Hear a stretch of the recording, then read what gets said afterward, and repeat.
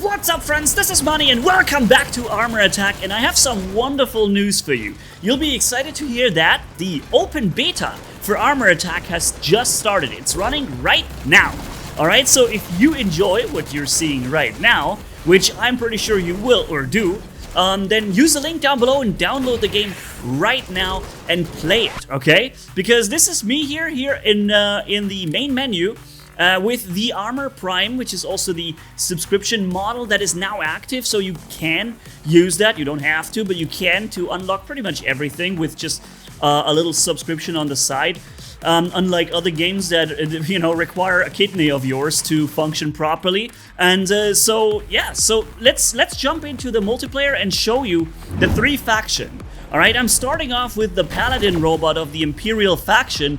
Super high technology, super awesome sounding plasma weapons, long range, shields, and so on. I really love this faction. It's probably my favorite because they just use advanced technologies to their advantage, whereas other factions use the alien factions, for example, they use more like armor and regenerative skin or stuff like that, and lots of poison acid stuff. And I'm invisible right now, he can't see me, and suddenly I'm popping out of invisibility, and there he goes, right?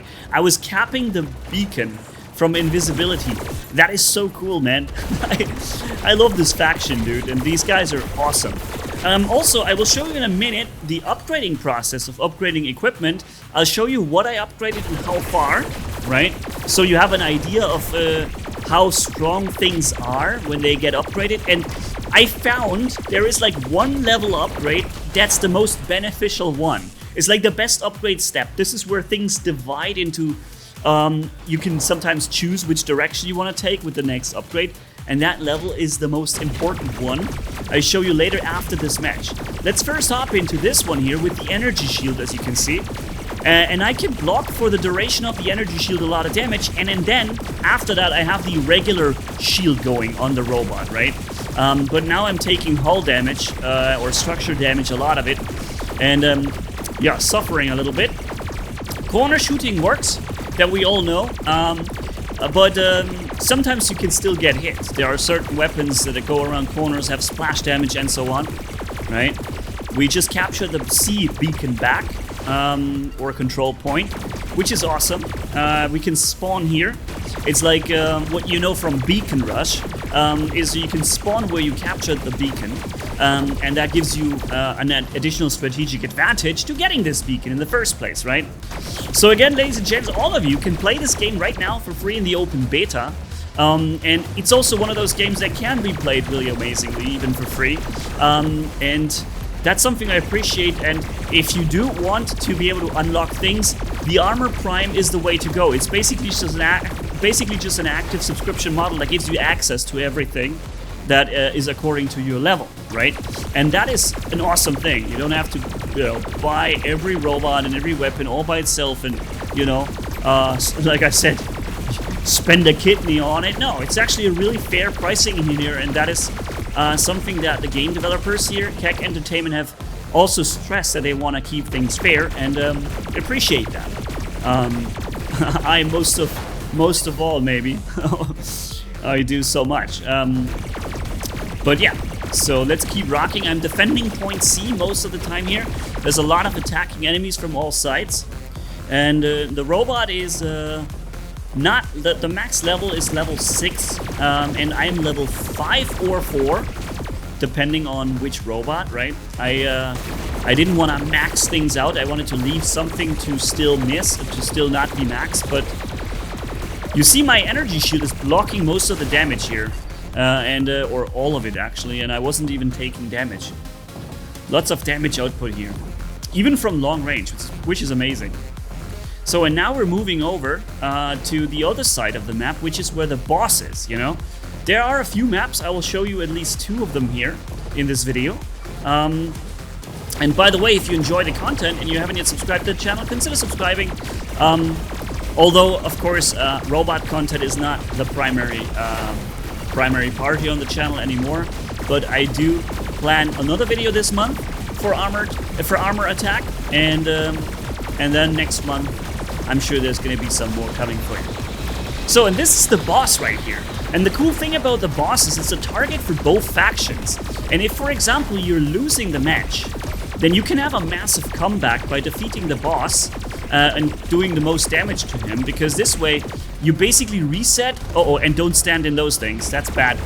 Because if you win the boss fight, you can basically reset all beacons, right? They reset to white, and you have to recapture them with your team or the enemy team. So you have basically a chance to destroy the enemy map dominance and come back, right? Retake the map and make it yours this time. And the boss also has an HP threshold that you see on top, and you see how much damage the red faction or the blue faction did.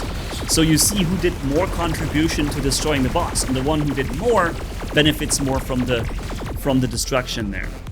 And we have an enemy coming in from behind. I've got to play a little careful, but there's my friends coming from the other side. Oh, don't stand in the red stuff. This is like an area effect explosion that will deal a lot of damage to you if you're standing inside of it. I have my ability ready, so the shield comes back up, and the boss was defeated. Perfect. And you see now the control is all the way to blue. Oh, I thought it resets the control, but it seems like it gives the control over to the blue faction, or the one that destroyed. Also, at the end, we did more than almost 1.1 million damage. And see, now we're leveling up the equipment. And level 4 is already pretty good level. This is what I did with most weapons, to level 4 or 5. And here we're upgrading the robot creeper. And you see, at stage 5 you can split. You can either go to destruction, more extra damage, or survival, adding a lifesteal effect to your robot's damage output, which means you can basically kind of heal yourself back. And that makes, in my opinion, level 5 like the most important one, because with level 4 and 3 and so on, you get more damage output, you get more hit points and so on for weapons or robots.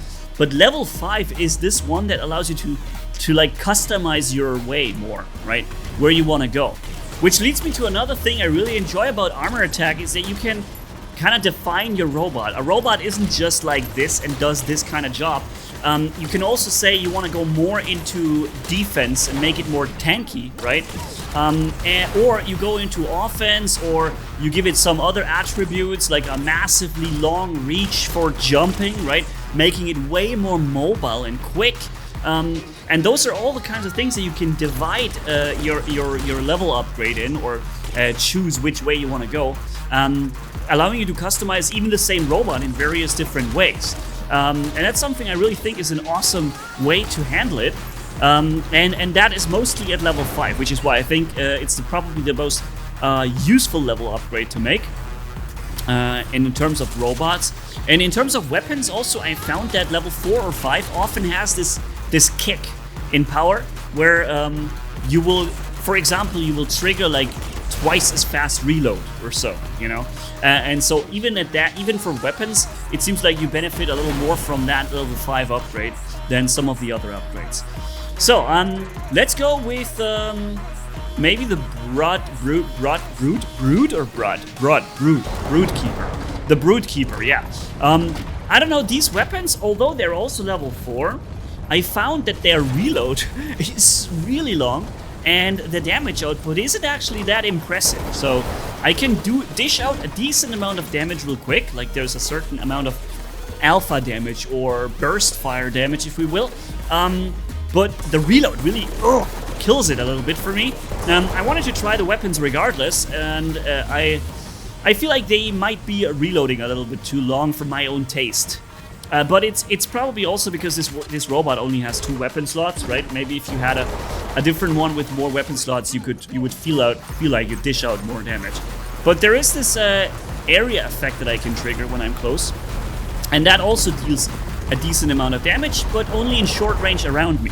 All right, it's like some corrosive attack thing that's going on around me. And here's the same guy. It looks like 2 mantis like fighting each other. And yeah, we're gonna be fighting each other for a while because we're rather tanky. and both of our weapon damage output isn't exactly the best. So yeah, it does take a little while. Oh wow, boy, see this area effect from the boss is even over here. Wow, it came pretty far, but I didn't get hit by the boss. And that red line down there is the middle laser of the boss that he will launch occasionally.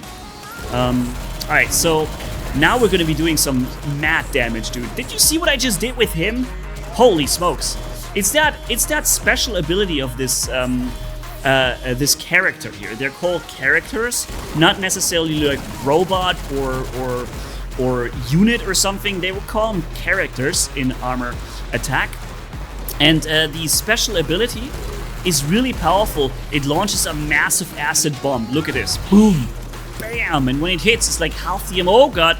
Half the amount of HP gone. Here's a little bit of graphical glitch here going on, where the explosion appear a little black to me. Might be on my system, right? Could have something with my system. Or maybe graphics card driver or whatever. I'm playing on the PC. Or it might also just be because, like I said, the game just launched in open beta for you guys. There might be the occasional glitch from time to time, right? Definitely if something occurs, they're probably going to work on that. But yeah, I'm getting attacked from behind and from the boss. So the boss, how it works, it seems to be attacking everybody in the area, from both teams, right? And so far, both teams have done similar amounts of damage to the boss. We have to see when the next bar fills up there, who's gonna get this one. It's blue, so my team has a lead on a 25-point lead on the destruction of the boss. So if we keep this up, we're definitely come out victorious here when it comes to the boss farming. Alright, so let's go with this thing. This is an awesome machine. Super, like 2 very high DPS machine guns, and we can jump super far and super strong. Look at this. Oh, I think this collided with the boss. Didn't look like I would collide with him, but it seems like I hit the hitbox there a little bit. But I could have jumped pretty far. And this is one of the robots that you can allow to jump further. So now we're going into the Bastion faction, which is more like, maybe like Earth-like technologies, if we will. It looks more like something that you build yourself, that we could build as mankind. Some walking mechs, some tanks with tracks, rocket launchers, machine guns, and all this kind of stuff, right? So, yeah. I can walk down here. I was going to show you here that I got here faster by using this conveyor belt system on the ground. Some maps have this, and the event starts in 18 seconds. I must admit, I'm not sure what event that is. I was concentrating so much on destroying and fighting the enemy players here, from the same faction mostly, except this guy, that I didn't even quite know what the event was. Maybe we can figure it out together right now. Okay, so now there is like it's about control. So you can fill up control. We are in control of all the beacons right now, and we have to fill up that bar, it seems. And if we hold the beacons for the majority of time, then yeah. This is my turret, by the way. The robot sentry that I'm using right now has its name for a reason, because it can put up a sentry turret on the ground that will help you destroy enemies. It can be targeted and destroyed, but most of the time the enemy will fire at you and not at the turret. Look, I'm placing it behind him, and it's gonna start firing at him now. I'm getting the hit indicators. You see this? It's pretty cool. So it's gonna help me drop the enemy here, and it's doing also a decent amount of damage. Not as much as I do, but it does help me for sure. And I still have 65k HP, so we can still do something. Oh boy, but that reload. 113 rockets I got. So I placed another sentry, and now we're emptying what we've got on this other sentry here. No, it's not a sentry. It's a different thing. All right, let's go. Let's move up. We still are in good shape. My turret is already hitting somebody, but it does disappear from after a while. It doesn't stay active forever. And you may have noticed that the machine guns that we're using here, they are accelerating their damage, like their fire rate. The more you fire, the faster they will fire. Like at start, they make like and they fire faster and faster. So you run through your ammo quicker the longer you fire, but you also deal more damage. Your DPS essentially rises with these weapons. Now I'm gonna have to reload, but I still have a lot of rockets in my clip. But I'm almost destroyed now, 17,000 HP. Drop the turret next to him. Alright, turret is gonna help me with him. And these machine guns. The auto aim is also really useful, by the way. Helps a lot. Okay, we got him and we almost got destroyed. Yep, alright, there we go. The game is using an auto aim system, so you don't have to perfectly aim at a certain part. The robot will do it for you, or the character. But you can still easily swap targets, and I have never really had the problem where I wanted to shoot this guy, but the targeting system gave me another person. So this hasn't really happened a lot yet. Now we're running the Spitfire robot, which is incredibly powerful. The name suggests, it's spitting a firebomb forward that does a ton of damage. And what you're hearing right now is some kind of weapon that I've got. It has a massive burst of like grenades or so that it launches. And that Spitfire bomb is really deadly to the enemy, especially when they sit in the fire for a longer time. Yeah, look at that damage output. It's pretty good. When it hits, definitely drops him. Alrighty, so control is shifting a little towards red, it seems now. We may have to stop them from getting our beacons here. Point B is being captured, and point D. We're also losing point D at the same time. Holy smokes, they're getting everything now. Dang it, gotta turn this around. Which we are already. I'm working on D.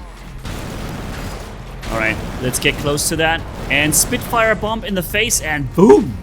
Nice! I think that the fire destroyed him. Alrighty. Moving forward, the beacon progress, or the map control point progress, is rising towards our advantage. Although they are controlling two beacons, I'm not quite sure why. Although, wait a minute, this one over there seems to be ours as well. Maybe it's not just not showing it right. Leave the danger zone. Uh-oh. Oh, okay, so I see on the mini-map. Yeah, there's this, the red ground. And that's what killed me here. I was in the danger zone. Regardless, we won the match. And again, ladies and gents, Armor Attack is an awesome game. I love playing it. It's really good, and it's gonna be more and more relevant in the future. So try out the open beta that's coming for free. Use the link down below, and tell me in the comments what you think about it, all right? See you around. Manny signing off. Bye-bye, my friends.